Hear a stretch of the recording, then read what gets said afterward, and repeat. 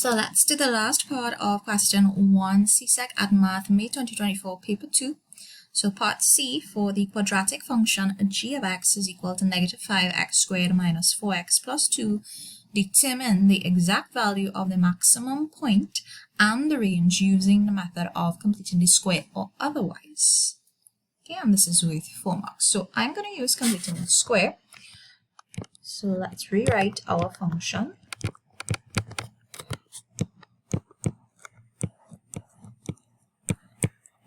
Okay, so the method that I use in completing the square, first I isolate or factorize the coefficient of x squared from just the first two terms. So, of course, this has to be plus because it will be multiplied by the minus outside to give back the minus from the original expression.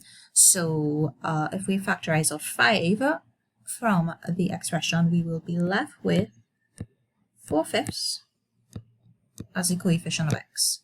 Right, and we leave the 2 at the end.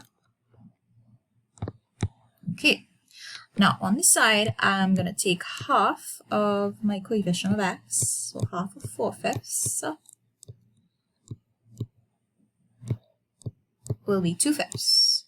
And then I'm going to square my 2/5 to give 4/25. So inside my bracket, I'm going to add that 4/25. And at the end of the expression, I'm going to add it back. And I'm not only adding it back, but I also have to multiply it by 5. And you're probably wondering, why am I adding it back instead of subtracting it as you're accustomed to? Of course, because this is a negative sign here. All right, so if I'm adding it inside the bracket, that 4/25 is being multiplied by this negative 5. So to keep the balance of the expression the same, I will have to add it back at the end, right, in order to keep the original expression the same. Right? Remember, the only reason I'm doing this is to complete the square.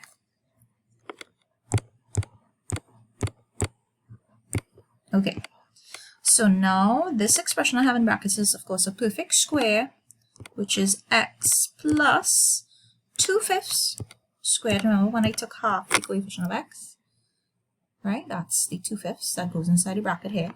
And then I just figure out what goes at the end. So 2 plus 5 times 4/25, so that's 20/25, which would reduce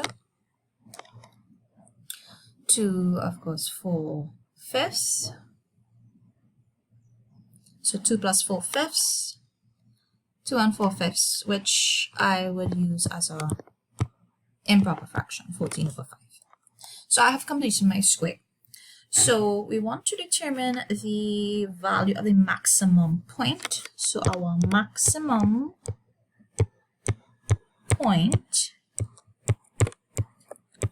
so the x coordinate will be the value of x that would make this bracket 0. Of course, that will be negative 2/5.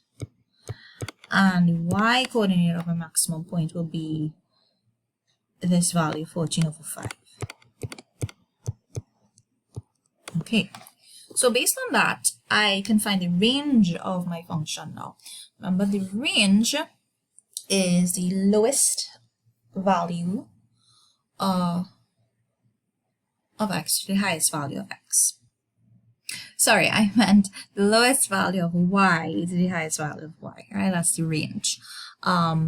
So let's sketch this, and we're not going to do an elaborate sketch. We know it's a maximum function, so therefore it will look like this, and of course this will be our maximum point, which is negative 2/5, 14/5. Okay, let me rewrite it actually as the original mixed fraction, 2 and 4/5. Okay, so if I want to find the range of the function, if this is the maximum value of y, which is our y coordinate, 2 and 4/5, then all the values of y will be less than that. So therefore, I can state my range as, and I'm going to use the original notation, g of x, which is all my values of y, will be less than or equal to 2 4/5, because remember 2 4/5 is actually the maximum value of y. Okay, so this is how I state my range, as an inequality.